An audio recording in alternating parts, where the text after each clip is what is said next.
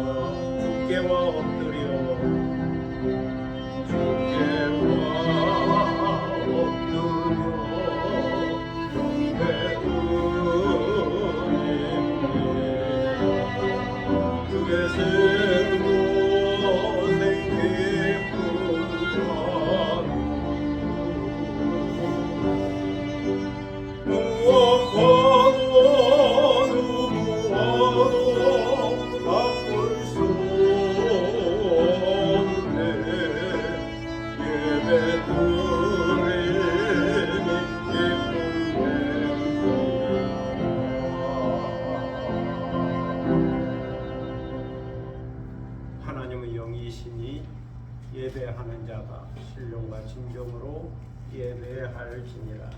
아멘.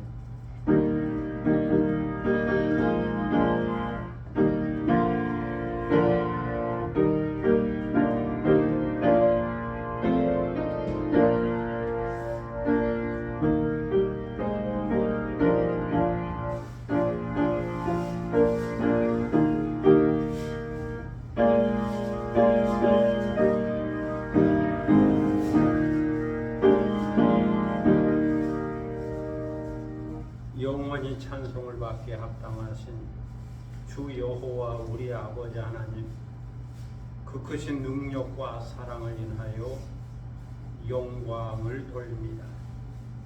죄와 사망에서 우리를 건지신 주 예수 그리스도의 구속의 은총을 길이길이 찬양하오고, 오늘도 우리와 함께 하시며 날마다 새롭게 하시는 성령의 교통하심을 인하여 찬송을 부릅니다. 성부, 성자, 성령께 세세 무궁토록 영광이 있을지어다. 아멘. 다 함께 일어서셔서 찬송가 26장 부르시겠습니다.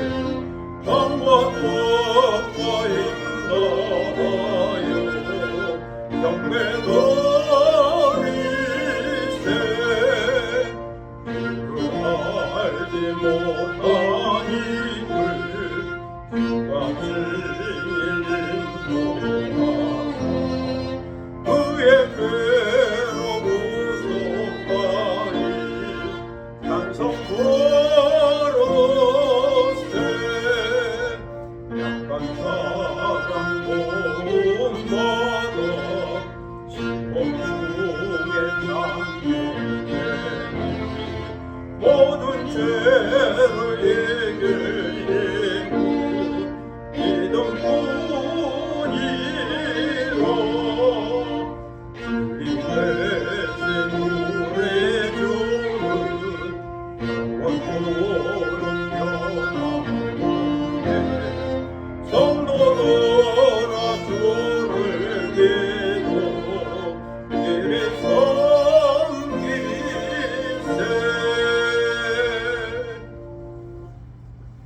다 함께 겸비한 마음으로 참여 기도를 하나님께 드리겠습니다. 은혜와 긍휼이 풍성하신 아버지 하나님, 오늘은 3월 첫 주일이며 사순절 둘째 주일입니다. 저희들이 성령에 이끌리어 은혜의 보좌 앞에 나왔습니다. 수고하고 무거운 짐진 자들아 다 내게로 오라. 내가 너희를 쉬게 하리라는 주님의 초청의 말씀을 의지하여 나왔습니다. 그러하오니 돌아온 탕자를 영접해 주신 아버지의 사랑으로 저희들을 영접하여 주시고 주님의 그 놀라운 은혜의 날개 아래로 품어 주시고 주일의 쉼과 평안과 안식과 자유의 복을 내려 주시기를 기도하옵나이다. 하나님 아버지, 우리를 향한 주님의 생각은 재앙이 아니라 평안이요 심판이 아니라 구원이라는 것을 알면서도 때로 저희들은 율법주의에 매이고 인과응보에 매이고 죄책감에 매여 살 때가 많았음을 고백합니다. 주님의 그 많은 사랑과 은혜를 받고 살면서도 내 능력으로 사는 것처럼 교만에 빠지기도 했고 또 내 능력과 뜻대로 되지 않는다고 해서 원망하고 불평하며 살기도 했습니다. 그리고 나의 노력과 수고에 대한 보상이 없다고 생각하여 낙심하고 한탄하며 살기도 했습니다. 한편에서는 지나친 욕심으로 인하여 다른 한편에서는 피해의식에 젖어서 절제하지 못했고 불신앙적인 선택을 하며 살기도 했습니다. 당장 눈앞에 보이지 않고 손에 잡히지 않는다고 하여 일이 일비했으며 여호와 일에 하나님께서 준비하시리라고 하는 말씀을 의심하며 살았습니다. 하나님 아버지, 저희들은 하나님의 사랑을 믿는다고 하면서도 그 사랑의 능력을 의심했고 천국의 소망을 믿는다 하면서도 때로 절망하며 살았습니다. 성령의 감화와 교통하심을 믿는다 하면서도 성령을 소멸시키고 근심하게 했습니다. 성령의 전으로 거룩하고 깨끗하게 감사와 찬송과 기쁨으로 충만해야 할 저희들의 심령이 자본주의와 세상의 가치관에 사로잡혀서 눌릴 때가 많았습니다. 먼저 하나님의 나라와 그 의를 구하며 살아야 하지만 무엇을 먹을까, 무엇을 마실까, 무엇을 입을까 세상의 일들로 인하여 근심하고 염려하기도 했습니다. 그러다 보니 경건한 마음으로 기도할 시간에 기도하지 못했고 진리 가운데 선을 행하지 못했으며 저희들의 착한 행실로 인하여 하나님께 영광을 돌리지 못했습니다. 믿음의 선한 싸움을 싸우지 못했고 말씀으로 마음을 다스리며 절제하지 못했습니다. 이 시간 이 모든 죄를 자복하며 회개하오니 예수 그리스도의 보혈로 저희의 죄와 허물을 씻어주시고 성령의 능력으로 저희들을 정결하게 하여 주옵소서. 주의 정직한 영으로 저희들을 새롭게 하여 주시고 자원하는 심령을 회복시켜 주옵소서. 지금은 주님과 나만이 하는 죄들을 생각하며 묵묵히 참여 기도를 계속합니다.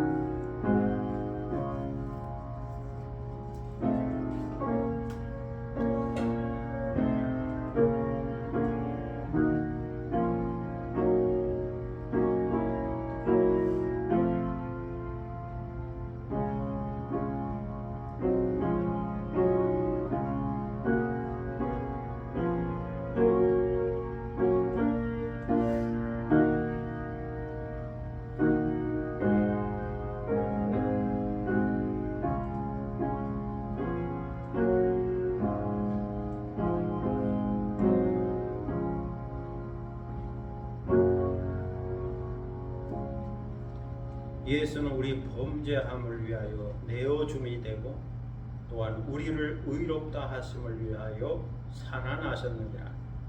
그러므로 주 예수 그리스도 안에 있는 자에게는 결코 정죄함이 없느니라. 아멘. 사도신경으로 우리의 신앙을 함께 고백하겠습니다. 전능하사 천지를 만드신 하나님 아버지를 내가 믿사오며 그의 아들 우리 주 예수 그리스도를 믿사오니 이는 성령으로 잉태하사 동정녀 마리아에게 나시고 본디오 빌라도에게 고난을 받으사 십자가에 못 박혀 죽으시고 장사한 지 사흘 만에 죽은 자 가운데서 다시 살아났으며 하늘에 오르사 전능하신 하나님 우편에 앉아 계시다가 저리로서 산자와 죽은 자를 심판하러 오시리라. 성령을 믿사오며 거룩한 공예와 성도가 서로 교통하는 것과 죄를 사하여 주시는 것과 몸이 다시 사는 것과 영원히 사는 것을 믿사옵나이다. 아멘. 자리에 앉으시겠습니다. 성시교독 125번. 성시교독 125번 사순절 두 번째 말씀을 함께 교독하도록 하겠습니다. 성시교독 125번입니다.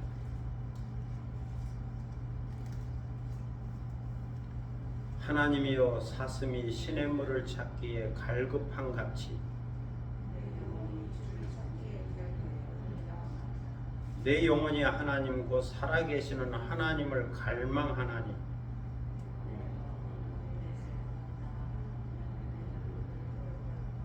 사람들이 종일 내게 하는 말이 내 하나님이 어디 있느냐 하오니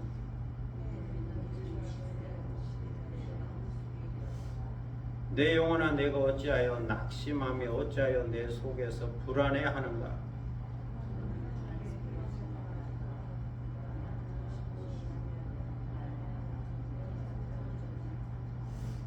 낮에는 여호와께서 그의 인자하심을 베푸시고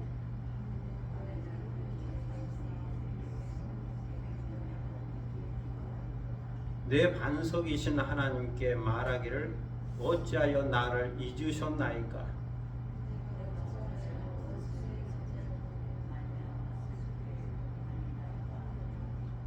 내 뼈를 찌르는 칼같이 내 대적이 나를 비방하여 늘 내게 말하기를 내 영혼아 내가 어찌하여 낙심하며 어찌하여 내 속에서 불안해하는가.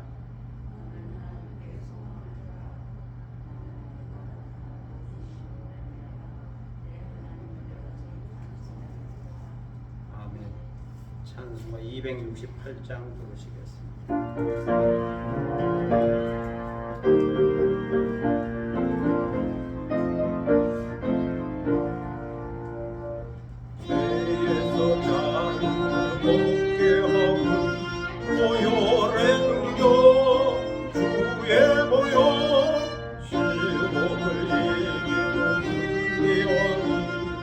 놀라운 능력이로다. 주의 보혈 능력이로다. 주의 피 믿어. 주의 보혈 그 어린 양의 배우기 죽은 피로다. 육체의 정욕을 이기는 보혈의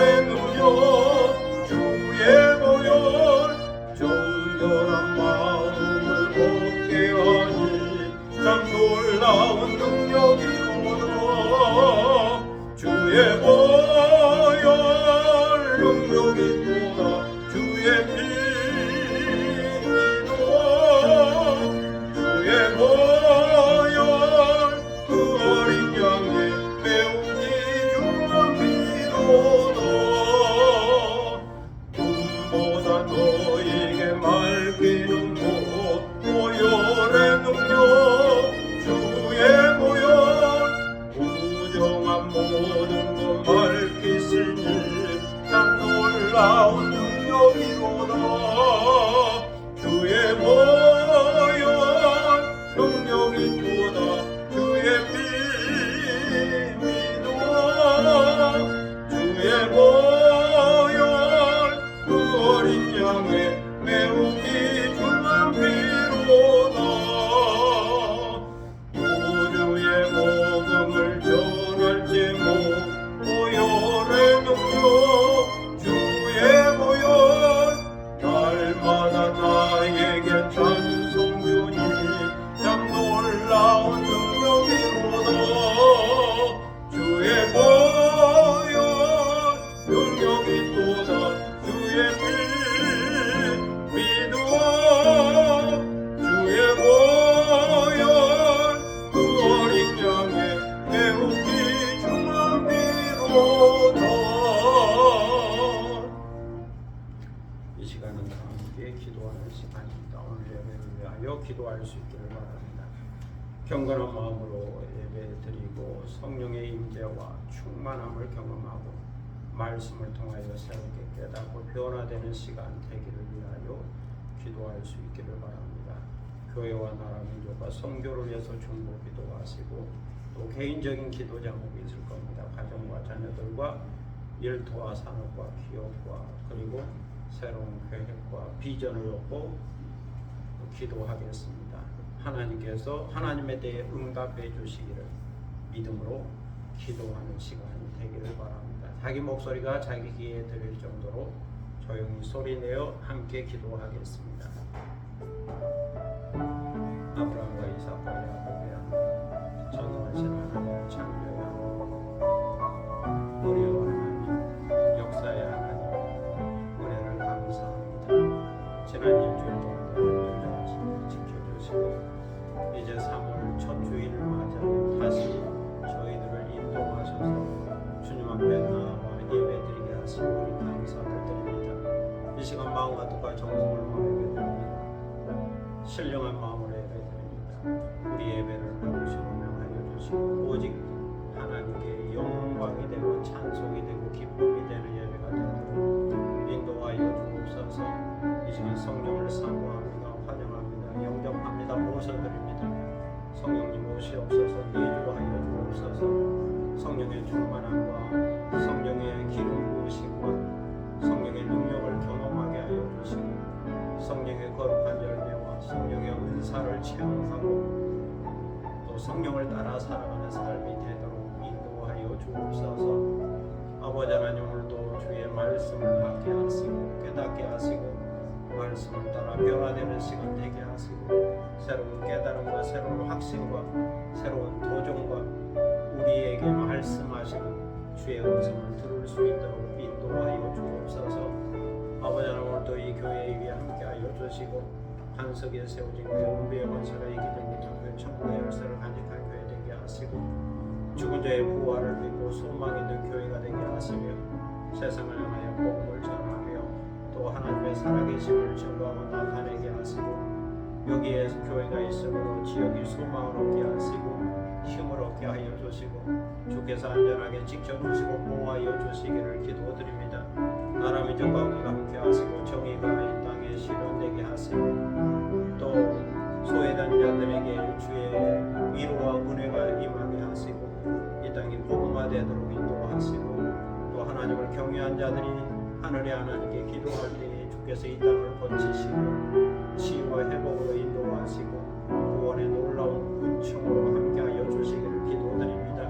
오늘도 세계로 흩어져 선교하는 선교사들을 기억하시고 그들의 발걸음을 복되게 하시며 그들이 전한 복음이 열방에 전파되게 하시고 그들을 위협하는 여러 가지 위협들이 제거되게 하시고 장벽들이 무너지게 하시고 주의 복음과 주의 능력만이 나타나도록 인도하여 주옵소서.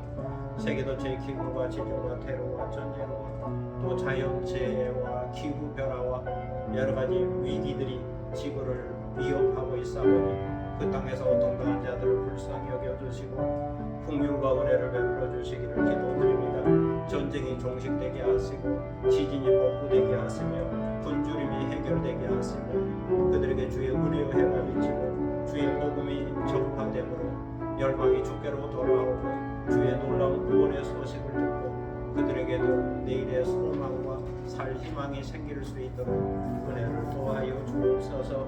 오늘도 기도의 제목을 가지고 나왔습니다. 우리의 가정과 자녀들을 기억하셔서 언제나 평안하게 하시고 건강하게 하시고 자유하게 하시고 오직 믿음으로 살며 복의 근원이 되게 하여 주옵소서. 주어진 일도와 사는과 기억하는 모든 일들을 주께서 기억하시고 성령의 기름을 부어주셔서 하는 일마다 잘되게 하시고 형통하게 하시고 선한 영향력을 끼치게 하여 주옵소서. 때로 주께서 물질을 붙여주시고 환경과 기회와 여건을 붙여주시고 또 사람을 붙여주셔서 사람을 통하여 복이 임하게 하시고 주의 선비적 만남이 이루어지게 하시고 또 귀한 역사가 일어날 수 있도록 주여 은혜를 베풀어 주옵소서. 저에게 건강을 주시되 영적으로 건강하게 하시고 또 정신적으로 이성적으로도 건강하게 하시고 또 육체적으로도 건강하게 하셔서 영이 정신을 주도하고 정신이 육체를 주도하는 온전한 통용적 하나님의 형상을 회복하게 하시고 건강함으로 일하고 건강함으로 섬기고 건강함으로 사랑을 베풀고 건강함으로 주의 선하신 뜻을 이루어가며 사는 선교적 삶이 되도록 인도하여 주옵소서. 사랑의 아버지 하나님 은혜를 감사합니다. 오늘도 기도하오니 우리의 간구하는 것을 들으시고 응답하여 주시고 하늘문을 열어 저에게 복을 내려주시며 하나님의 선하심을 맛보아 경험하고 체험하며 사는 삶이 되게 하여 주옵소서. 아버지 오늘도 저희들은 하나님의 말씀 앞에 있습니다. 말씀하여 주옵소서. 저희가 듣기로 원합니다. 주의 세미한 음성을 듣게 하시고 내게 주시는 주의 음성으로 받게 하시고 오늘도 새롭게 깨닫고 새롭게 확신하고 새롭게 도전을 받고 새롭게 변화되고 새로운 기도 제목을 삼을 수 있는 이 시간이 되도록 인도하여 주옵소서. 감사드리며 예수 그리스도의 이름으로 기도드립니다. 아멘.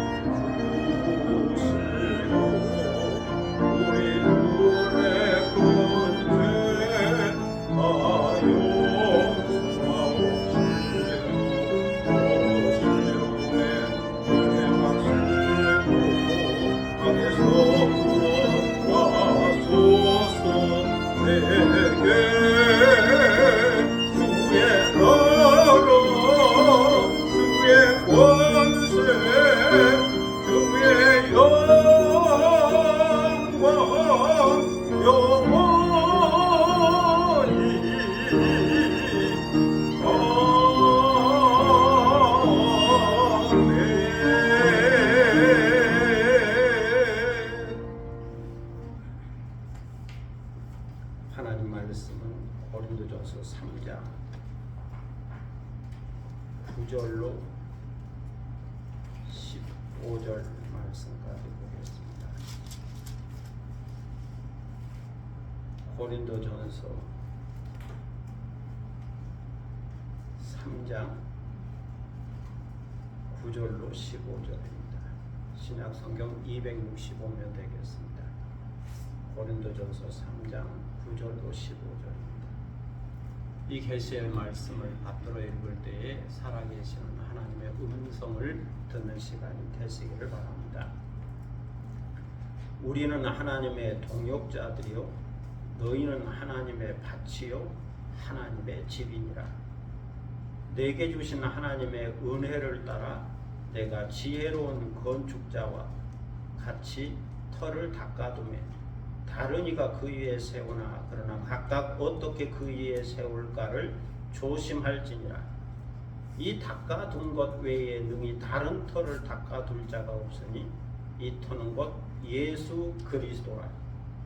만일 누구든지 금이나 은이나 보석이나 나무나 풀이나 지푸로 이 터 위에 세우면 각 사람의 공적이 나타날 터인데 그날이 공적을 밝히리니 이는 불로 나타내고 그 불이 각 사람의 공적이 어떠한 것을 시험할 것입니다. 만일 누구든지 그 위에 세우는 공적이 그대로 있으면 상을 받고 누구든지 그 공적이 불타면 해를 받으리니 그러나 자신은 구원을 받되 불 가운데서 받은 것 같으리라. 아멘.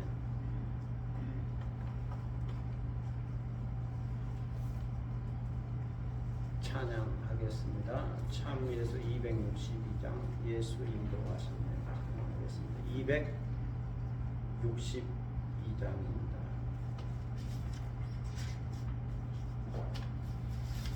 1절 2절 간주 3절 하겠습니다.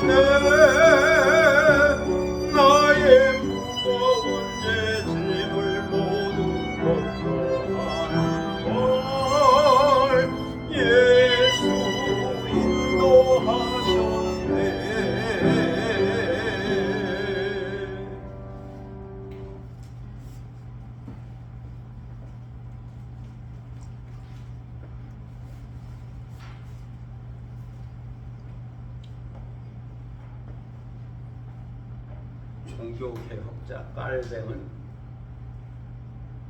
교회를 이렇게 정의했습니다. 가시적 교회가 있고 불가시적 교회가 있다. 처음 번역자가 이것을 한자로 번역을 했습니다. 그래서 말이 좀 어렵게 느껴지기도 하죠. 그래서 좀 더 쉽게 풀이해 보면 보이는 교회가 있고 보이지 않는 교회가 있다고 하는 말입니다. 보이는 교회가 있고 보이지 않는 교회가 있다.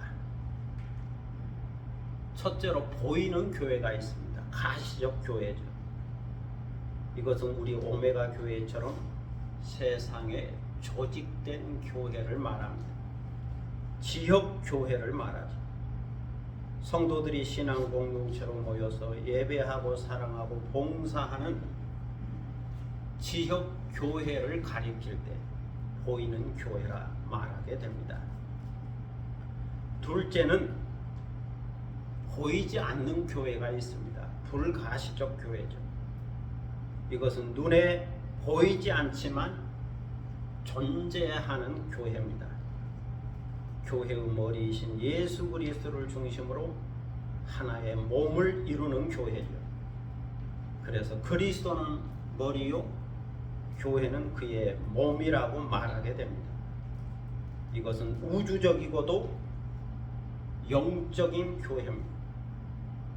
눈에 보이지 않는 신령한 교회가 존재한다 하는 겁니다. 셋째는 양면성이 함께 존재하는 교회가 있습니다. 현실적으로 보이는 교회와 보이지 않는 신령한 교회가 함께 존재한다는 거죠. 그리스도인과 신앙 공동체 안에 이 양면성이 함께 존재하는 겁니다. 이처럼 보이는 교회와 보이지 않는 교회가 통합되어 신령한 교회로, 거룩한 교회로 되어져 간다고 말하게 됩니다.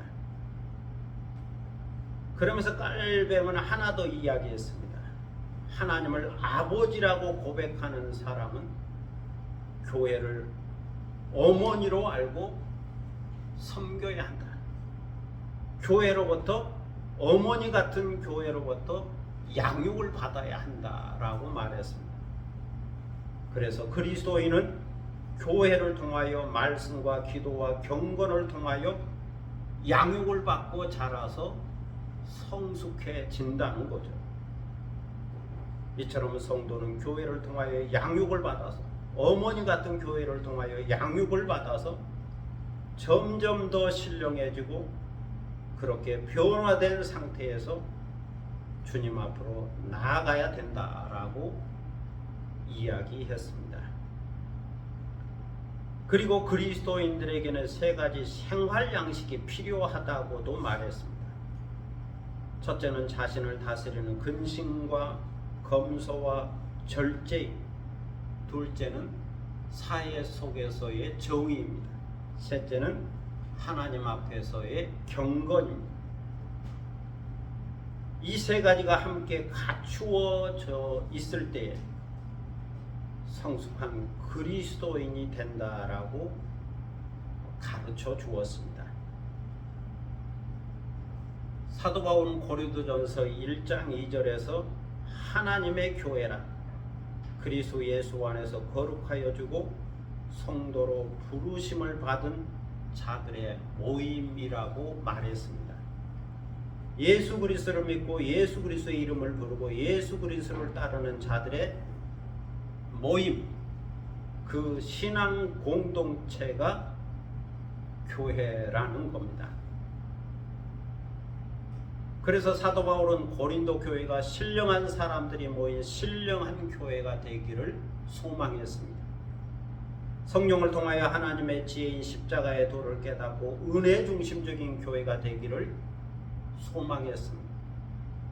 하나님의 일을 알고 영적인 세계를 분별할 수 있는 지혜로운 교회가 되기를 소망했습니다. 성령을 따라 성령의 열매를 맺고 그리스도의 마음을 닮아가는 성숙한 교회가 되기를 소망했습니다. 그런데 고린도 교회는 신령한 사람보다는 육신에 속한 사람들이 더 많았습니다. 그래서 고린도 교회는 어린아이들처럼 유치한 모습이 나타났죠. 이기적인 마음으로 시기하고 질투하고 분쟁했습니다.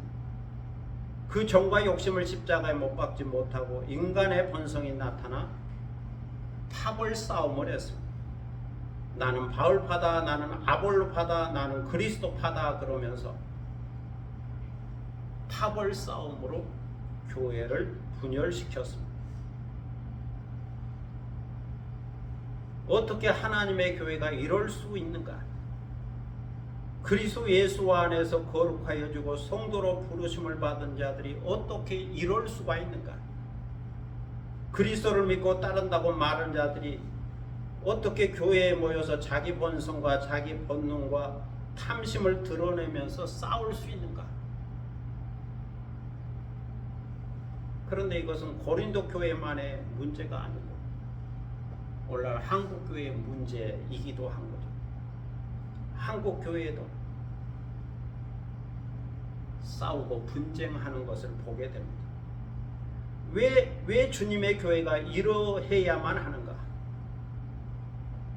그것은 그들이 신령한 자로 성숙하지 못하고 육신에 속한 자로 어린아이처럼 머물러 있기 때문이죠. 여전히 육신에 속한 자로 남아있기 때문에 싸운다는 것. 그리고 또 하나는 교회에 대한 기본적인 이해가 부족하기 때문이죠. 그들은 주님의 교회를 계속 세워가야 한다는 것과 그리스도의 몸을 이루어가야 한다고 하는 지체의식이 부족한 거죠. 한마디로 말해서 그들은 교회론에 대한 이해가 부족했다는 겁니다. 그래서 사도 바울은 고린도 교회가 신령한 교회가 되지 못하고 아직도 육신에 속한 자의 모습을 갖고 있는 것에 대하여 지적을 하면서 책망을 했습니다. 언제까지 그래야 되느냐? 신령한 자가 돼야지 언제까지 육신에 속한 자로 남아있겠느냐? 책망했죠.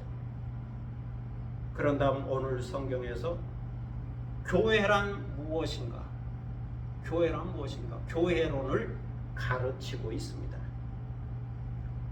그러면 사도 바울이 말씀하고 있는 교회란 무엇일까요? 두 종류가 있습니다. 두 종류 비유로 설명하고 있습니다.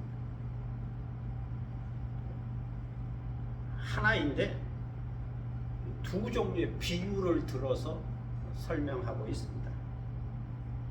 먼저 교회란 하나님의 밭이라는 겁니다. 교회란 하나님의 밭이다. 일반적으로 밭이란 농사하는 곳이죠. 밀과 보리를 뿌려서 자라게 하고 추수하는 것입니다. 그러므로 밭에서 농사하는 것을 생각해 보면 교회가 어떠한지 그 비밀을 알 수 있고 깨달을 수 있다는 거죠. 그런 의미에서 교회란 하나님의 밭이다. 이렇게 비유적으로 설명하고 있습니다. 그렇다면 이 밭 농사에서 중요한 것은 무엇일까요? 첫째는 밭에 뿌리는 종자이죠. 씨앗, 좋은 씨앗입니다. 씨앗이 있어야 뿌리는 거니까 일단은 좋은 씨앗이 있어야 합니다. 종자가 있어야 합니다. 여기서의 종자는 하나님의 말씀이죠. 진리요 생명력이 있는 하나님의 말씀이죠. 사도 바울의 표현으로 하면 십자가의 도, 십자가에 못 박히신 예수 그리스도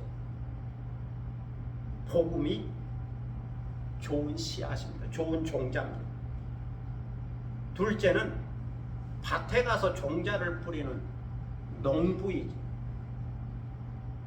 씨앗을 뿌리는 일꾼이지, 주님의 일을 하는 사역자들이라고 말할 수 있습니다. 그래서 바울과 아볼로는 일꾼이요 사역자들, 농부임, 하나님의 일을 하는 동역자들이, 주의 일을 하는 일꾼들이다. 그들은 일꾼으로서 종자를 뿌렸고 종자를 심었죠. 또 물을 주었고 잡초를 뽑았죠. 또 거름을 주었죠. 이처럼 일꾼들과 사역자들은 자기의 사명과 은사대로 맡은 바 역할을 다하고 충성하게 된 거죠. 어떤 이는 뿌리고, 어떤 이는 심고, 어떤 이는 물을 주고, 어떤 이는 잡초를 뽑고, 어떤 이는 거름을 주고, 자기의 은사대로 주님의 밭에 가서 충성을 다한 겁니다. 성실하게 일한 거죠.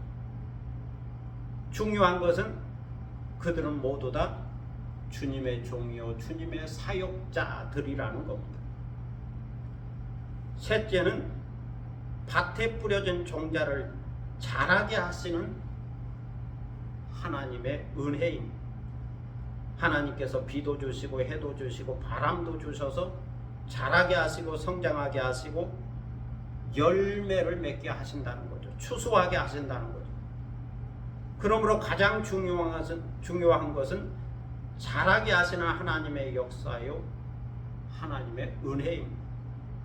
종자를 심고 물을 주는 것보다 더 중요한 것이 바로 자라게 하시는 하나님의 능력이라는 겁니다. 그러므로 교회는, 밭으로서의 교회는 자라게 하시는 하나님께 영광과 존귀와 찬송과 경배를 드려야 한다는, 오직 하나님께 영광을 돌려야 한다. 자라게 하시는 하나님의 역사가 가장 귀한 거니까 하나님께 영광을 돌려야 한다는 겁니다. 넷째는 밭입니다. 그래서 교회는 하나님의 밭이라고 말합니다. 예수 그리스도 안에서 거룩하여 주고 성도로 부르심을 받은 교회가 하나님의 밭이다. 성도들의 모임이 하나님의 밭인 거죠. 성도들이 밭이다. 그리스도인들이 밭이다. 그러므로 성도는 좋은 밭이 되어야 하는 거죠. 길가의 밭이 되어서는 안 되죠. 돌밭이 되어서도 안 되죠. 가시 덤불 밭이 되어서도 아니죠. 좋은 밭이 되어야 한다. 옥토가 되어야 하는 겁니다. 육신에 속한 자의 밭이 아닌 신령한 자의 밭이 되어야 하는 거죠. 성령을 따라 사는, 그 심령이 성령을 따라 사는 신령한 밭이어야 합니다. 이런 관점에서 사도 바울은 말씀합니다. 너희는 하나님의 밭이다. 신령한 밭이 되어야 한다.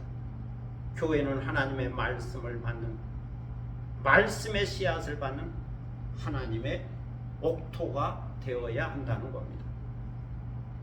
이것을 알아야 하고 이것을 기억해야 한다라고 말씀하고 있고 가르치고 있습니다. 너희는 하나님의 밭이라고 하는 것을 잊지 말라 하는 거죠. 다음으로 교회란 하나님의 집입니다.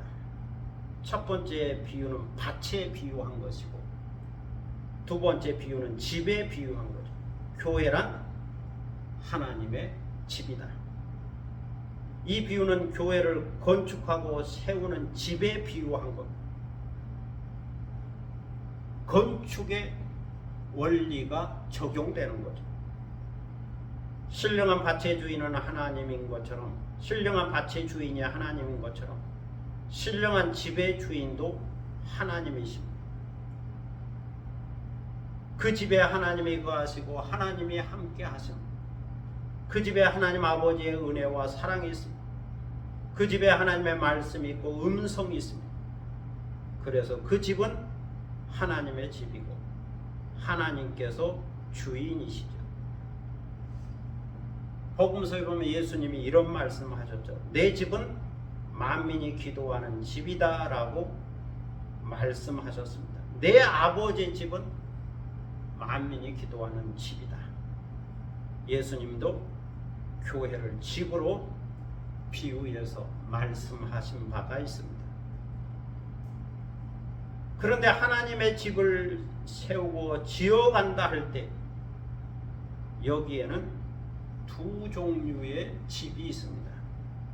첫째는 한 사람 한 사람의 믿음과 인격을 통하여 마음속에 그 심령 속에 내면에 짓는 집이 있습니다.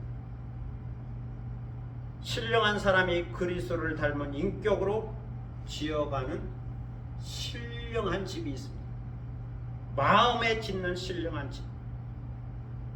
또 신령한 사람들이 모여서 함께 지어가는 신령한 교회가 있습니다.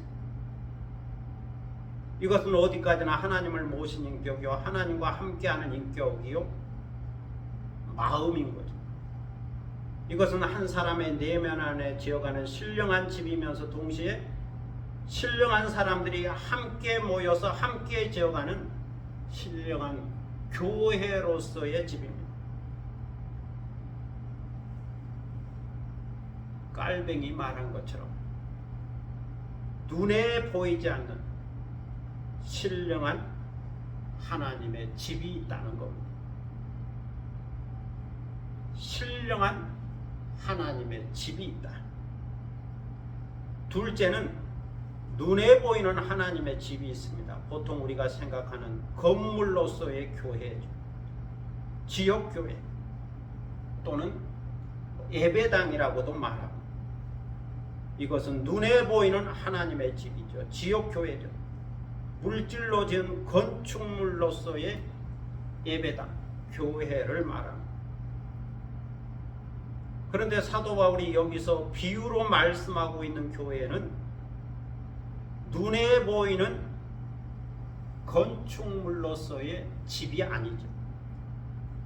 집을 지어가는 원리를 보면 눈에 보이는 건축물에 비유하고 있습니다. 그렇지만 사도 바울은 성도 한 사람 한 사람이 그의 내면 안에 지어가는 인격적인 신령한 집을 말씀하고 있는 겁니다. 더 나아가서는 신령한 성도들이 함께 모여서 지어가는 신령한 교회로서의 하나님의 집을 말씀하고 있는 겁니다. 눈에 보이는 건축물로서의 교회, 예배당이 아니라 성도 한 사람 한 사람의 믿음과 인격과 은사를 통하여 함께 지어가는 신령한 하나님의 집을 말씀하고 있는 겁니다. 표현은 건축물에 비유해서 말씀하고 있지만 실제로는 눈에 보이지 않는 하나님의 집을 말씀하고 있는 거죠. 사람들은 눈에 보이는 물질적인 건물로서, 건축물로서 예배당을 많이 생각하고 또 강조하지만 사도 바울이 여기서 말씀하고 있는 것은 눈에 보이지 않는 신령한 하나님의 집입니다. 신령한 하나님의 집에 대한 비유를 이렇게 시작하죠. 내게 주신 하나님의 은혜를 따라 내가 지혜로운 건축자와 같이 터를 닦아두었다. 하나님의 은혜로 지혜로운 건축자가 되어 내가 터를 닦았다. 집의 터를 닦았다 하는 말이죠. 이제 하나님의 집을 짓습니다. 신령한 하나님의 집을 세우려고 합니다. 건축하려고 그럽니다. 그렇다면 여기서 가장 중요한 것은 무엇일까요? 집을 지으려고 할 때, 집을 세우고 건축할 때 중요한 것이 무엇일까? 몇 가지가 있다는 겁니다. 첫째는 집터입니다. 기초공사죠. 그런데 이것은 눈에 보이는 땅이 아닙니다. 눈에 보이는 터가 아닙니다. 그러면 무엇일까요? 신령한 하나님의 집을 지으려고 할 때 그 터는 예수 그리스도입니다. 예수 그리스도라고 하는 반석이 신령한 교회의 터입니다. 다른 터는 없습니다. 사도 바울의 표현을 하면 다른 터는 없습니다. 오직 예수 그리스도의 터만이 있을 뿐입니다. 하나님의 아들 예수 그리스도만이 절대적인 기초요 터인 거죠. 십자가의 도라고 하는 이 터와 기초가 없으면 안 됩니다. 교회는 사람의 터가 되어서는 안 된다. 목사나 장로나 권사나 집사가 터가 되면 안 된다. 이단과 거짓 교사의 가르침이 터가 되어서도 안 된다. 신령한 하나님의 교회는 예수 그리스도가 터가 되어야 한다. 예수 그리스도라고 하는 기초 위에 세워져야 한다. 이것이 가장 중요하다라고 사도 바울은 말씀합니다. 그래서 자신은 예수 그리스도의 터 위에 교회를 세웠다. 지혜로운 건축자가 되어 예수 그리스도의 터 위에 교회를 세웠다. 그렇게 말씀하고 있습니다. 둘째는 재료입니다.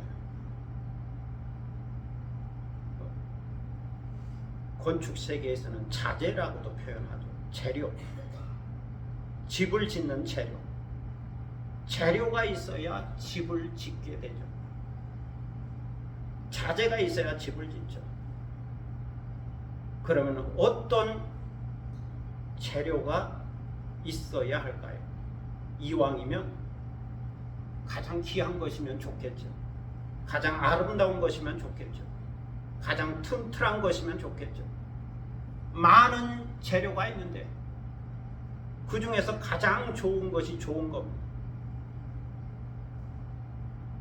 이런 재료를 삼아서 집을 짓게 된다, 건축하게 된다고 말합니다. 오늘 성경에 보면 여러 종류의 재료가 있는데 정리하면 두 종류로 나눌 수가 있습니다. 많은 재료가 있지만 정리하면 두 종류의 재료가 있다. 하나는 금과 은과 보석과 같은 재료다. 금과 은과 보석과 같은 재료가 있다. 이 재료는 불에 타지 않는 재료를 상징하고 있습니다. 귀하다고 하는 뜻도 있지만 불에 타지 않는다. 다른 하나는 나무와 풀과 짚이 있습니다. 나무와 풀과 짚은 불에 타는 재료를 상징하고 있습니다.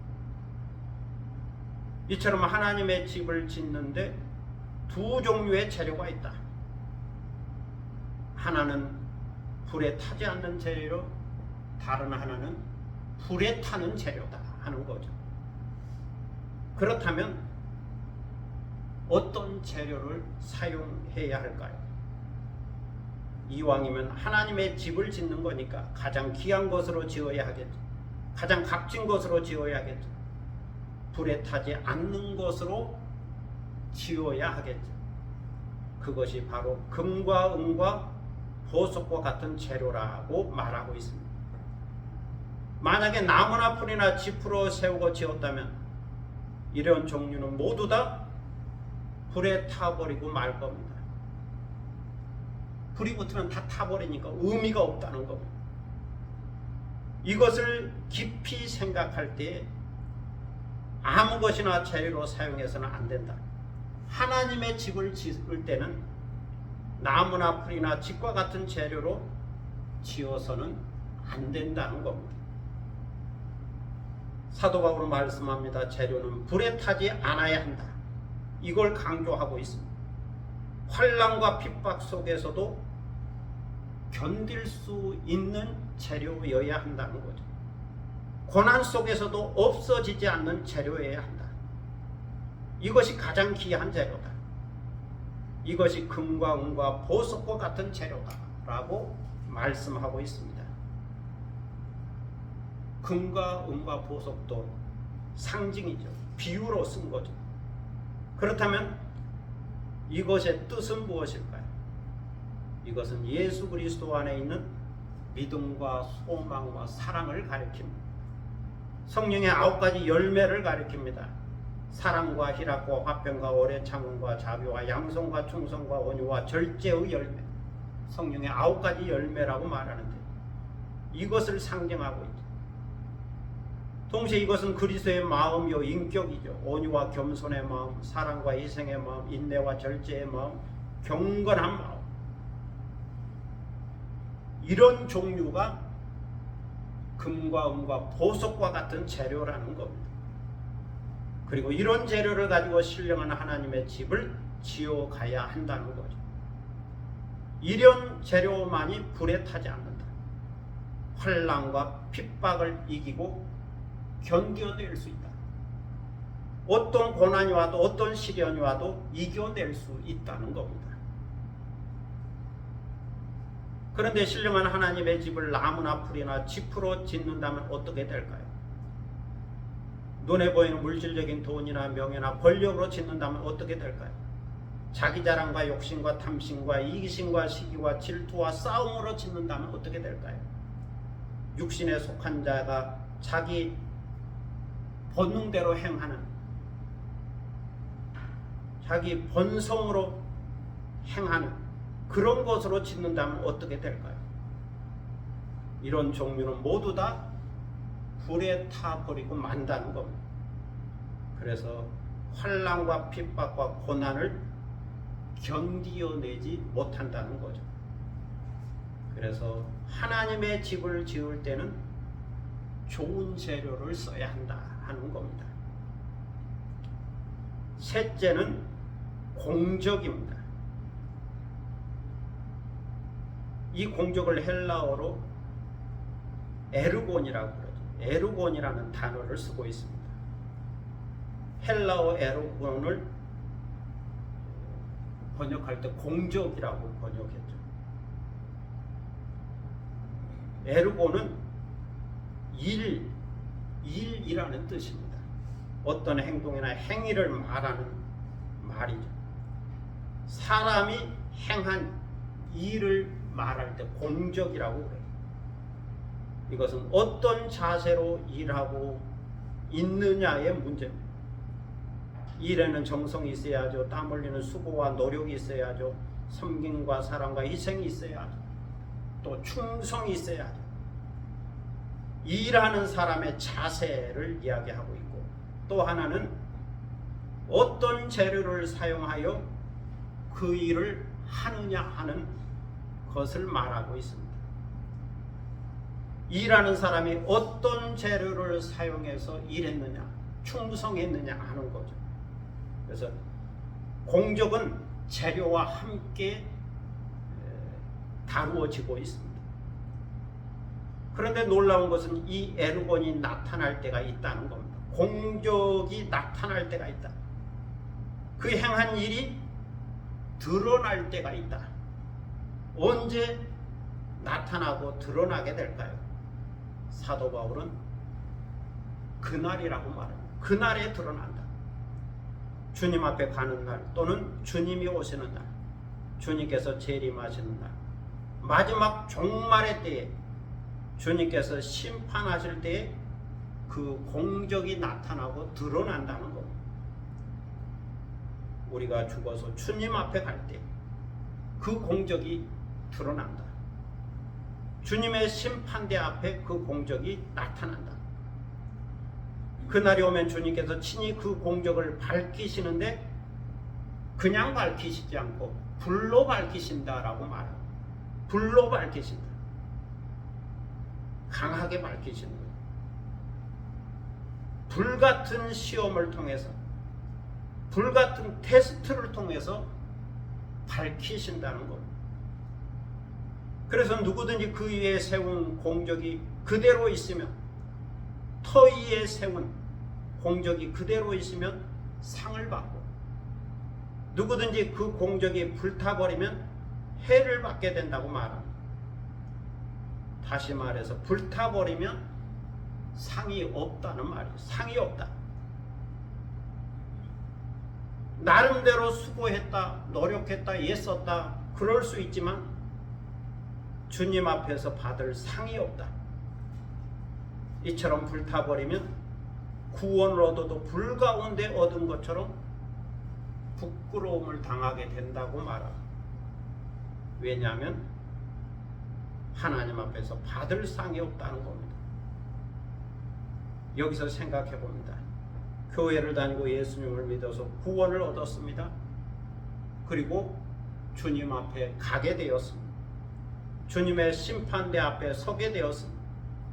그런데 주님께서 불로 그 공적을 테스트하기 때문에 이때에 다 타버리고 남은 것이 아무것도 없다면 주님 앞에서 부끄러움을 당하게 된다는 겁니다. 근처에 천군 천사들이 지켜보고 있습니다. 먼저 간 믿음의 선배들이 지켜보고 있습니다. 다른 성도들이 지켜보고 있습니다. 그때 주님께서 그동안 뭐 하면서 왔느냐 물으실 때 할 말이 없는 거죠. 내가 십자가의 피값으로 너를 구속하고 구원해 주었는데 너는 그동안 뭐 하면서 왔느냐? 봐라, 너의 공적이 다 불타버리지 않았느냐? 그러면 부끄러움을 당하게 된다는 겁니다. 얼굴을 들 수 없다는 거죠. 그래서 구원은 받았지만 불 가운데 받는 것 같을 거다 말씀하고 있습니다. 성도 여러분, 주님의 이름으로 주님의 마음으로 주님을 섬기고 주님의 교회를 섬기는 것이 공적을 쌓는 거죠. 자원하는 마음으로, 즐거운 마음으로, 행복한 마음으로 봉사하고 선한 일을 하는 것이 공적을 쌓는 거죠. 경건한 예배를 드리고 십자가의 도를 전하고 선교에 참여하는 것이 공적을 쌓는 거죠. 다른 사람을 위하여 중보 기도하고 지극히 작은 자에게 그리스도의 마음을 베풀고 선을 베푸는 것이 공적을 쌓는 것. 정성을 다하여 믿음과 소망과 사랑으로 신령한 하나님의 집을 지어가는 것이 공적을 쌓는 것. 하나님이 주신 신령한 은사로 주님의 교회를 세워가고 교회의 질서를 지키고 교회와 하나됨을 지켜나가는 것이 공적을 쌓는 겁니다. 금과 은과 보석과 같은 재료로 섬기는 것이 공적을 쌓는 거죠. 신령한 사람이 신령한 마음으로 교회를 세워갈 때 그것이 공적을 쌓는 겁니다. 그런데 그것이 나무나 지피라면, 티끌이라면 다 불타버리고 사라지고 만다. 육신에 속한 자가 아무리 예를 써도 그건 자기 본능으로 행한 거니까 다 불타버리고 사라지면 더 이상 받을 상이 없다 하는 겁니다. 오늘 사도 바울은 신령한 하나님의 집을 짓는 데 있어서 중요한 것은 첫째는 터요, 둘째는 재료요, 셋째는 공적이라고 말씀하고 있습니다. 그러면서 자기는 하나님이 주신 은혜에 따라 지혜로운 건축자가 되어 터를 닦았다. 고린도 교회를 세우는 일에 있어서 지혜로운 건축자가 되어 예수 그리스도라고 하는 신령한 터를 세웠다는 겁니다. 여기까지가 자기의 역할이요 사명이었다는 겁니다. 그러므로 이제는 고린도 교회에 모인 성도들이 자기가 닦은 터 위에 계속해서 신령한 하나님의 집을 지어가야 하고 세워가야 한다는 거죠. 그러니 이것을 알고 하나님의 집을 세우는 사람은 각각 조심해서, 스스로 조심해서 그리스도의 터 위에 신령한 하나님의 집을 계속 세우고 건축해야 한다는 겁니다. 정성을 기울여서 지혜롭게 신령한 하나님의 집을 지어가야 한다는 거죠. 좋은 재료를 사용하여 불에 타지 않는 공적을 쌓아가야 한다. 이렇게 말씀하고 있습니다. 이것은 고린도 교회에만 주신 말씀이 아니고 오늘 우리 교회도 그리고 한국 교회에도 주신 말씀이죠. 그리고 한 사람 한 사람 개인의 성도 그리스도인에게 주신 말씀이죠. 좋은 재료를 사용하여 불에 타지 않는 공적을 쌓아라. 그래야 주님 앞에서 받을 상이 있다, 칭찬이 있다 하는 겁니다. 오늘도 이렇게 깨닫고 신령한 성도가 되어 신령한 하나님의 집으로서의 교회를 주님의 터위에 불에 타지 않는 신령한 재료인 믿음과 소망과 사랑으로 공적을 쌓아가는 여러분이 되시기를 축복합니다. 기도하겠습니다. 사랑의 아버지 하나님, 은혜를 감사합니다. 교회란 무엇인가 라고 말할 때 사도 바울은 두 가지 비유를 통하여 우리에게 가르쳐주고 있습니다. 교회는 하나님의 밭이다, 교회는 하나님의 집이다.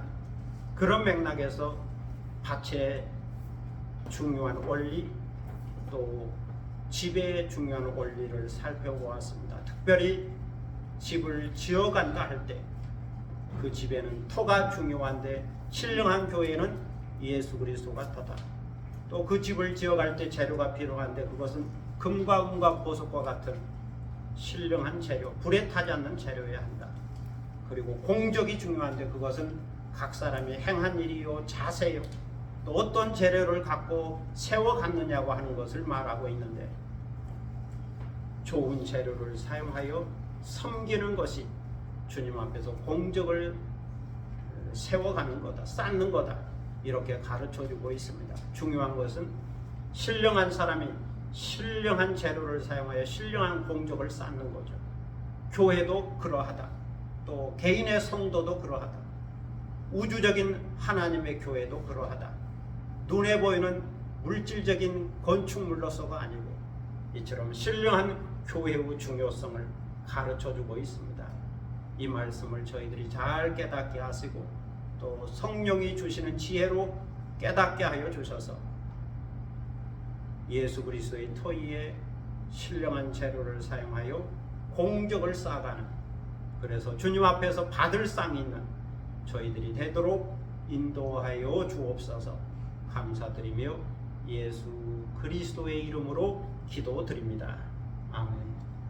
찬송가 204장 부르시겠습니다.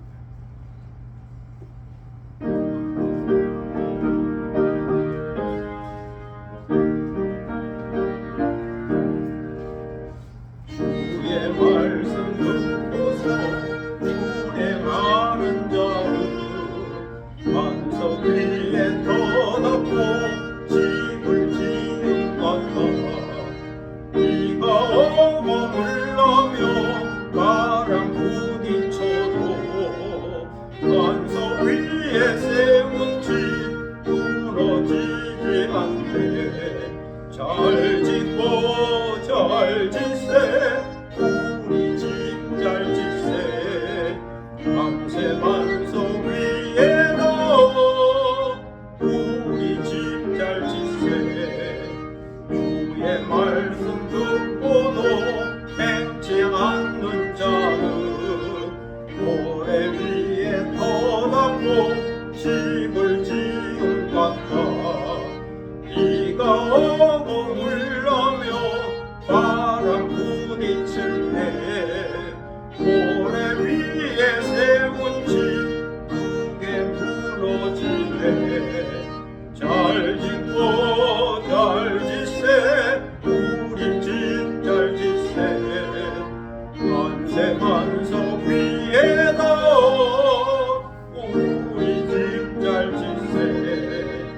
세상 모든 사람들 집을 짓는 자니 반석 위가 아니면 모래 위에 짓네. 우리 구주 오셔서 지은 상을 줄때 세운 공로 따라서 영영상 볼 주리. 잘 짓고 잘 짓세, 우리 집 잘 짓세. 만세 반석 위에다 우리 집 잘 짓세. 다 함께 일어서셔서 630장 부르심으로 하나님께 봉헌하겠습니다.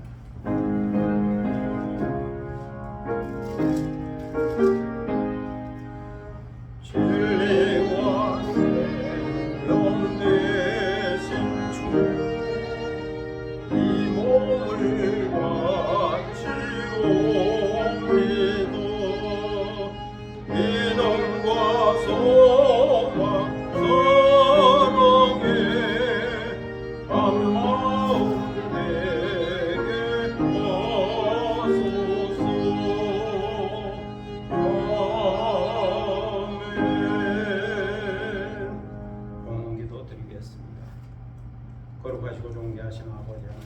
감사합니다. 귀한 성의를 맞이하여 주님 앞에 나왔습니다. 빈손 들고 나오지 않고 귀한 예물을 정성껏 준비하였다가 드리게 하시오니 감사를 드립니다. 주일원금을 드립니다. 11종금을 드립니다. 감사원금을 드립니다.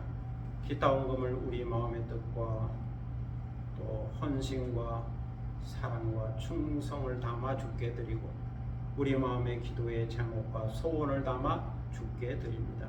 이 예물을 받으시고 호명하여 주시고 주님 앞에 올려진 향기로운 예물이 되고 오늘 우리가 드린 예배를 더욱더 값지게 하고 아름답게 하고 빛나게 하는 예물이 되게 하여 주옵소서.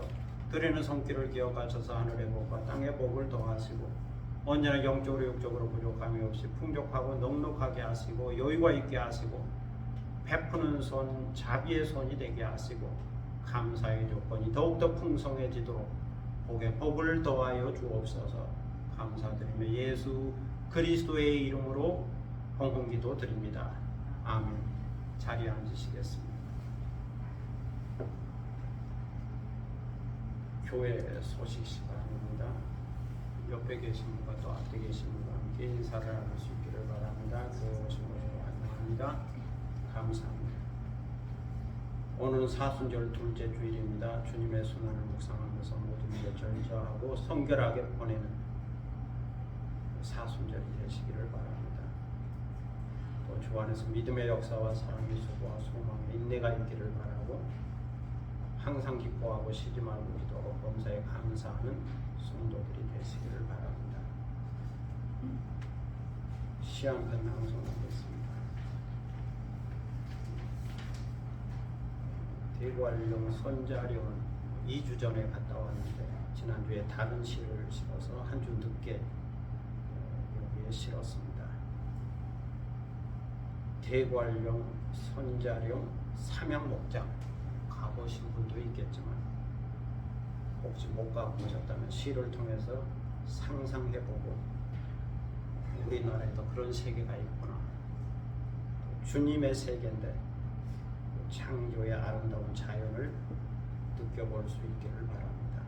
시 낭송하겠습니다.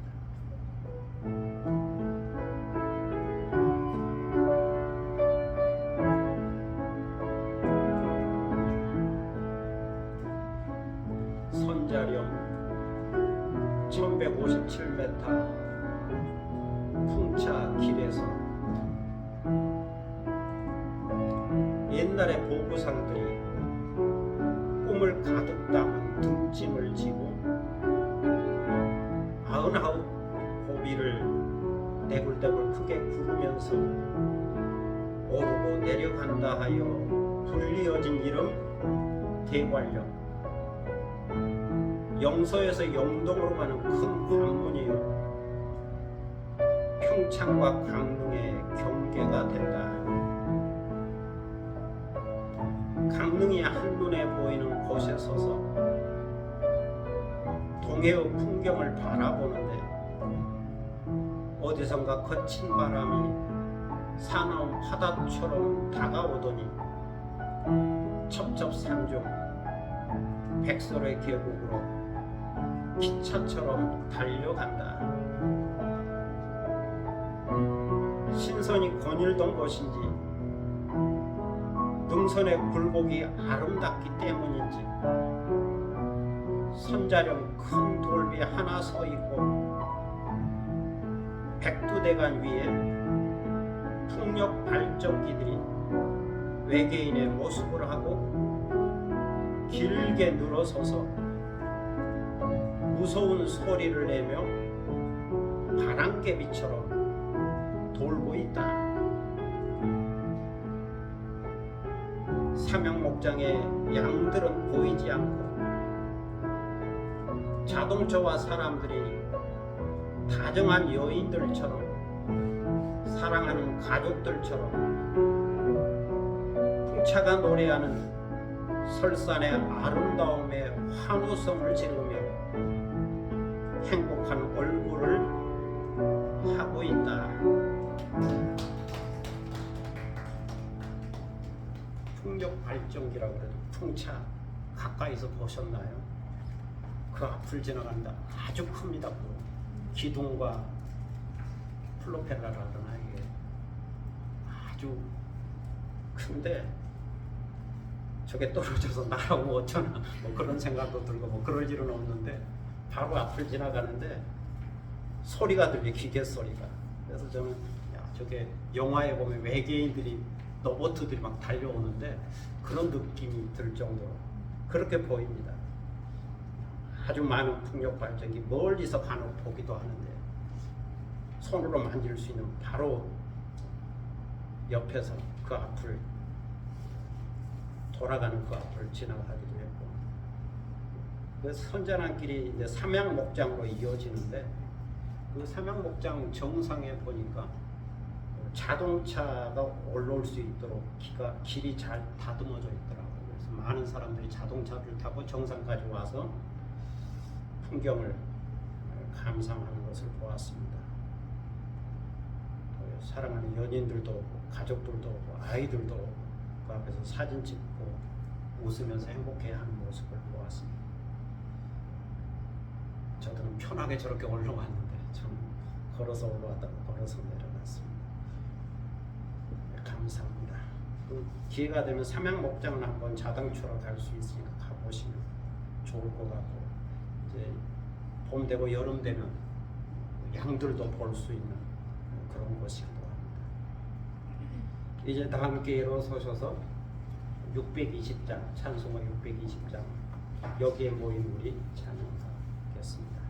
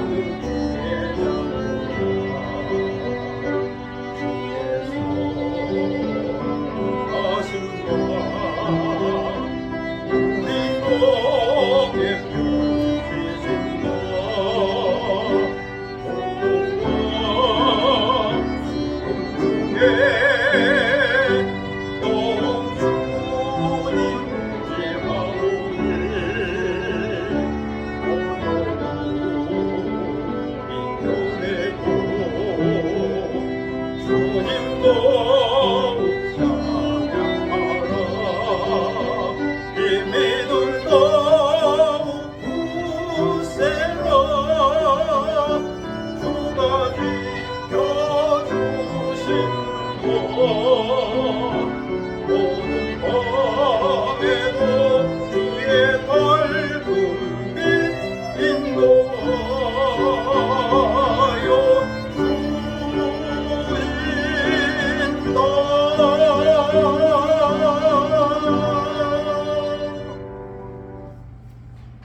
지금은 주 예수 그리스도의 무한하신 은혜와 아버지 하나님의 극진하신 사랑과 성령의 감동과 교통하심과 충만케 하심이 교회는 하나님의 밭이다. 교회는 하나님의 집이다. 귀한 말씀을 듣고 신령한 교회를 신령한 사람들이 함께 지어져 가는 그 아름다운 교회를 상상하며 그렇게 주님께서 기뻐하시는 모습으로 공적을 쌓아가는 사랑하는 모든 믿음의 권속들 머리 위에와 그리고 이 교회 위에 지금부터 영원토록 함께 하시기를 간절히 축원하옵나이다. 아멘.